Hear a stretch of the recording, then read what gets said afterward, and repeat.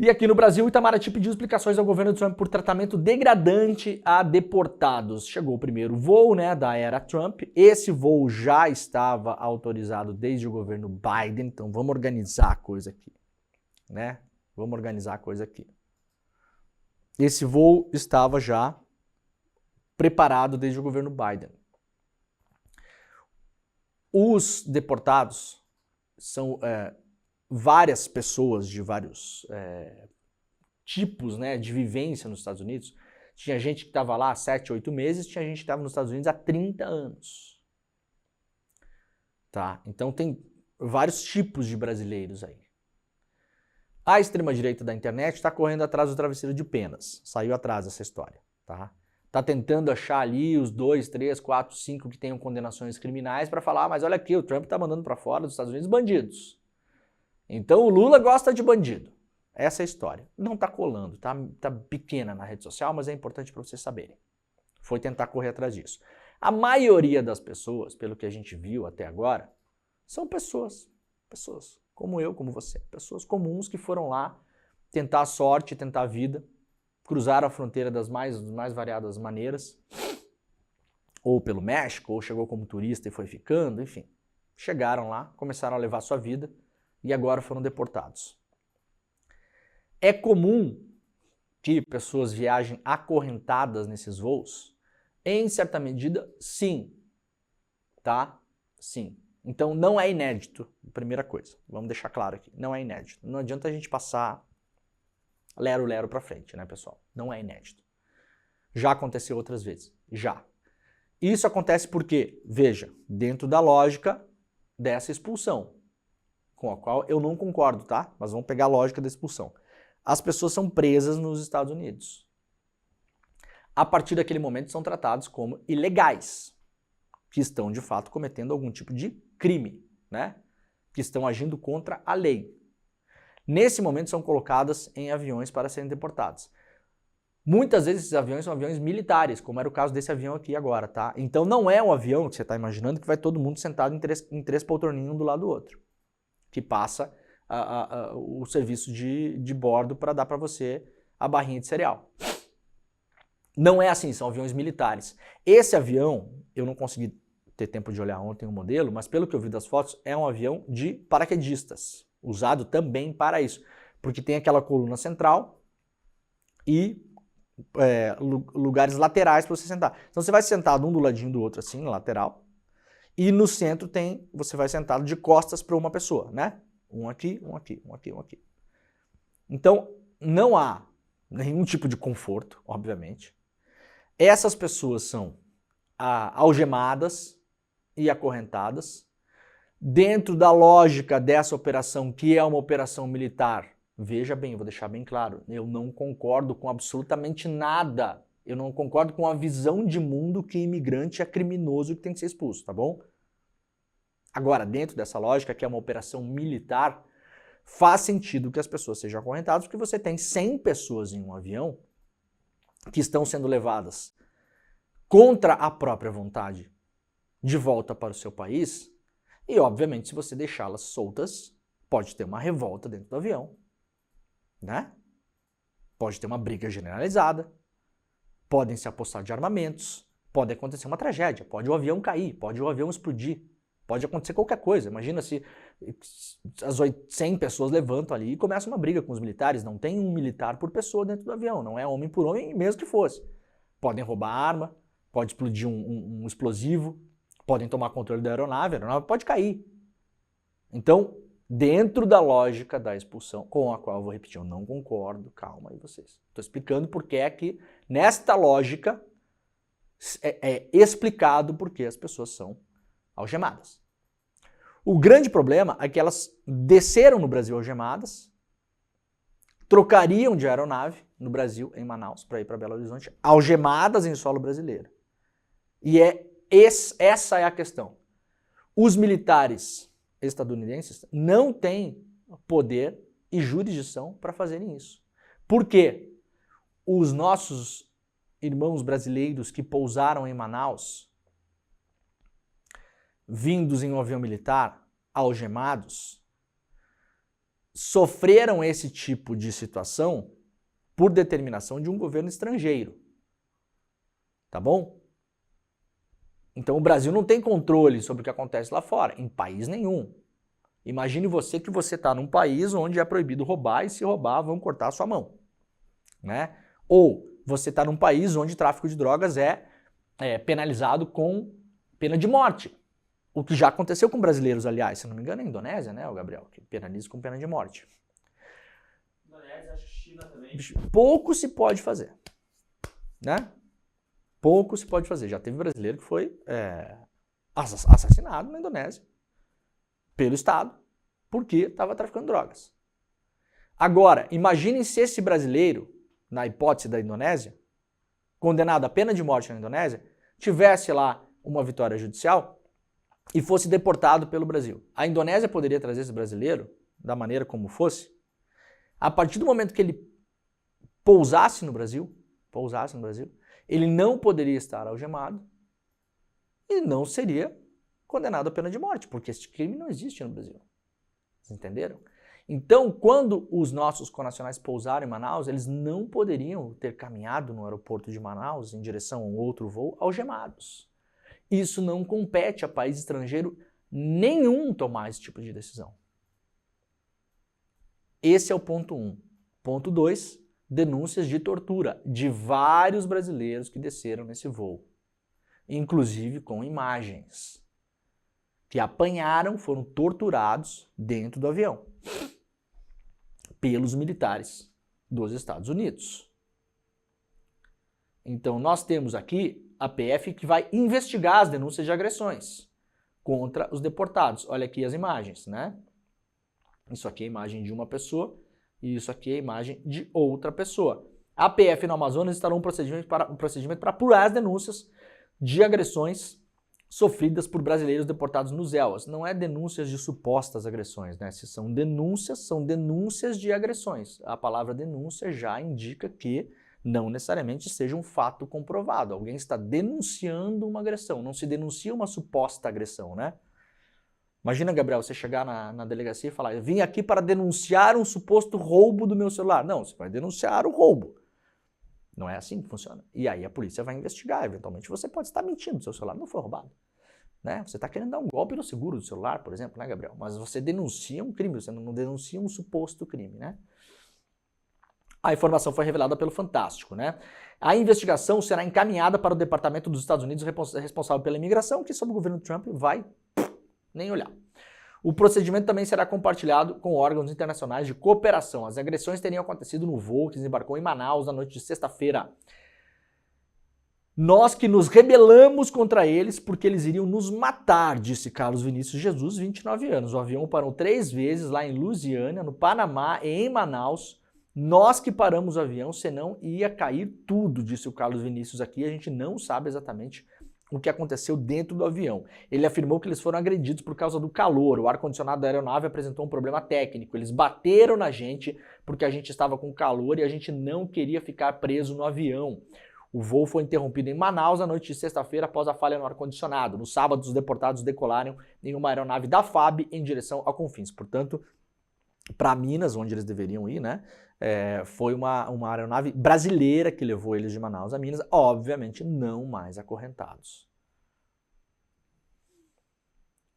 Deportados mostraram fotos, apresentaram para reforçar a denúncia de agressão física. As imagens recebidas pelo UOL mostram lesões nas mãos, braços, peito e costas. A deportação desses brasileiros já estava prevista desde o governo Biden, como eu falei aqui, e informou o próprio Itamaraty ontem ao UOL. Segundo a pasta, isso é fruto de um acordo que começou em 2018, durante o governo Trump, e aqui no Brasil o governo Temer, né? E se estendeu nos anos seguintes com uma série de deportações.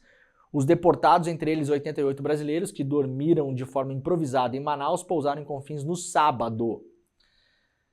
Chegaram em Manaus algemados e com os pés acorrentados após o ar-condicionado do avião falhar. O grupo aparece em um vídeo na pista de pouso deixando a aeronave com algemas. Eles andam com dificuldades com os pés acorrentados. Em outro momento da gravação, os deportados estão em uma sala de espera deitados em colchões e comendo. No sábado, o governo Lula falou em desrespeito aos direitos fundamentais. Lá no Fantástico tem a matéria completa, com os vídeos, aliás, né, dos deportados, em vários momentos, mostrando inclusive essa questão das algemas, né, e as frases aqui das pessoas que estavam no avião. O inferno foi uma tortura, disse uma pessoa, 50 horas com o braço, barriga e pés acorrentados, falou outra pessoa. Braços roxos, pernas roxas, algemas o tempo todo. Foi uma situação muito crítica, coisa de filme mesmo. Esse é o relato de algumas pessoas que estavam dentro do avião. Bom, o Bolsonaro falou que faria o mesmo, tá? Então, só para deixar claro aqui, se você mora nos Estados Unidos e apoia esse tipo de gente, saiba que se você for deportado, seu mito dirá, bem feito, problema seu, vota em mim de novo que eu vou fazer a mesma coisa. Tá? Farou ontem. Falei o mesmo que o Trump.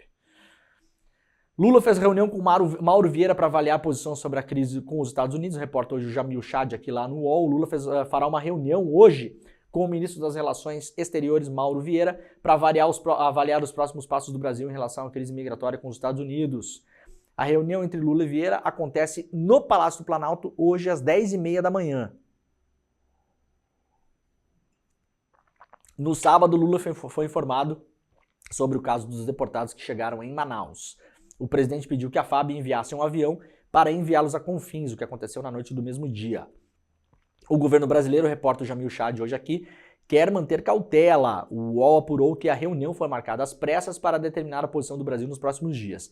Inicialmente, o governo queria manter cautela diante da situação dos brasileiros em Manaus, que relataram supostas agressões e maus tratos no retorno para o Brasil. Apesar da cautela, o Brasil está sob pressão para mostrar a liderança regional e dar uma resposta diante da retaliação de Trump contra a Colômbia, um país considerado aliado. O Ministério das Relações Exteriores do Brasil condenou no sábado o tratamento degradante dos brasileiros. O governo norte-americano prepara uma nota para comentar a reação do Brasil. Washington pretende se posicionar a respeito da nota brasileira sobre o tratamento aos brasileiros expulsos do país por imigração ilegal. A Colômbia recusou os aviões, né? Como a gente tinha falado, 2 aviões militares que estavam sendo deportados.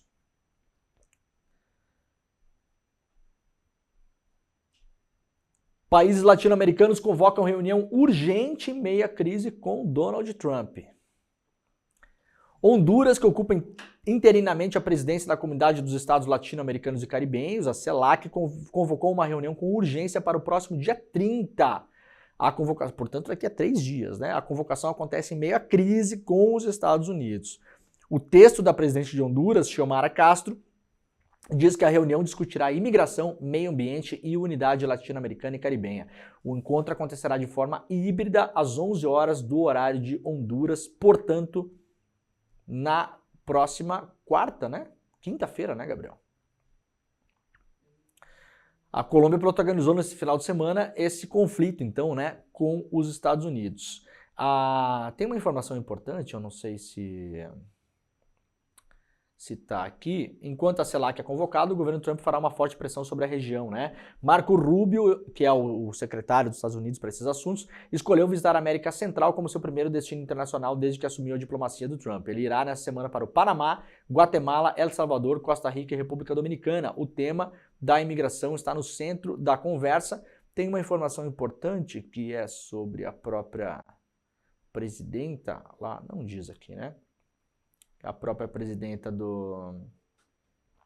de Honduras, que é a Xiomara Castro, umas 2 semanas atrás, ela também falou sobre essa questão da imigração, também se posicionou contra a maneira como os Estados Unidos estão fazendo agora o procedimento de expulsão de imigrantes e ameaçou que vai fechar um entreposto militar dos Estados Unidos em Honduras caso isso tensione. Então veja. Veja como há diferenças de tratamento. E a gente vai ter que tentar entender ao longo do tempo agora por que há essas diferenças. A presidente de Honduras deu essa declaração, ameaçou fechar uma base militar em Honduras. Por enquanto, nada aconteceu com ela. O México, soubemos hoje, já havia negado na semana passada que aviões militares dos Estados Unidos pousassem em seu território com deportados. Por enquanto, nada aconteceu com o México. Então, a gente pode imaginar que o Gustavo Petro tomou a mesma medida já sabendo já sabendo que a presidenta do México tinha tomado tal medida. Mas contra a Colômbia, o Trump foi para cima. Muito possivelmente, claro, porque é um alvo de mais baixo custo do que o México. Né? E talvez não seja um alvo de tão baixíssimo custo quanto Honduras. Então talvez, eu estou imaginando aqui, como o Trump não retaliou Honduras e não retaliou o México e retaliou a Colômbia talvez seja um país com um tamanho suficiente para mostrar para a América Latina e para o mundo que o Trump não está para brincadeira. Né? Olha, pegamos a Colômbia, que não é um país quase insignificante no ponto de vista geopolítico, né? Quase insignificante como Honduras, porque se fizesse o que fez com a Colômbia com Honduras, não assustaria tanto, concordam? É Honduras também. Né? Quem se importa? Estou falando em termos de geopolítica, né, gente? Um país minúsculo, assim, não conta nada na geopolítica do mundo. Né? Não ia assustar ninguém. Se você vai para cima do México, como fez com a Colômbia, não é bem assim também. Já é um país muito grande, fronteira com os Estados Unidos, né? Tem uma relação comercial ali de ultra complexa, a coisa não é bem assim. Então veja, a se confirmar, e foi divulgado pelo próprio governo dos Estados Unidos, que o México negou o pouso de voos e a Colômbia negou também, a gente começa a tentar entender por que o México não sofreu a mesma retaliação que a Colômbia.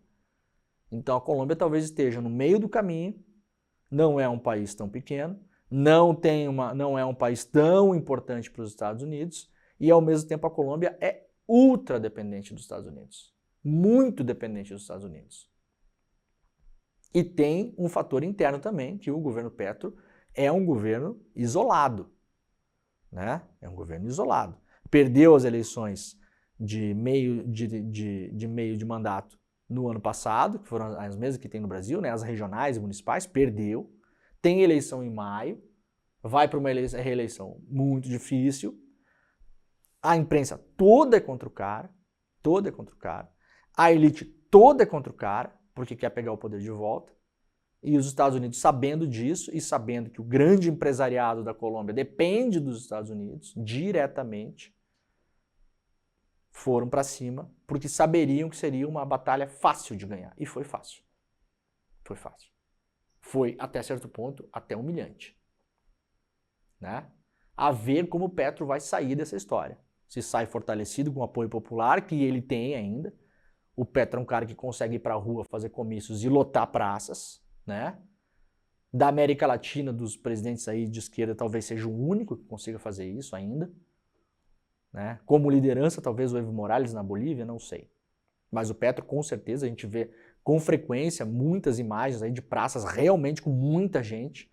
Então tem apelo popular, tem essa liderança popular, porque é um governo, primeiro governo de esquerda, ainda tem essa coisa toda, né? As pessoas ainda muito emocionadas ali, pegando junto, né? Agora, a ver como vai sair. Em si, para cima do México, o Trump não foi ainda. Né? Poderia ter ido, os casos são iguais. Não, voo desse jeito aqui não entra. Falou a presidenta do México e falou o presidente da Colômbia. A de Honduras falou, se vocês continuarem assim, a gente vai fechar a base militar de vocês. Né? Então, só para a gente começar a pensar como a coisa está andando aí, ficaremos de olho nessa reunião que acontece daqui a 3 dias para ver que tipo de medidas, né, os países da América Latina podem tomar. E claro, não chegam juntos lá, porque com certeza a Argentina não vai participar, né? Ou se for participar é só para bagunçar, enfim. A gente vai ver como a coisa vai andar por lá também. A BBC News Brasil fez um perfil, né, do que estão chamando de czar da fronteira, né? É curioso que czar é uma palavra russa, né? Tudo bem. A imprensa tem as suas, né, também. Do Trump, que promete comandar as deportações em massa, o Tom Homan foi encarregado pelo Trump de cumprir a promessa de realizar a maior campanha de deportação da história do país. Tem um perfil dele, portanto, publicado pela BBC News Brasil, que é republicado em vários lugares. Esse aqui, no caso, é lá no G1, né?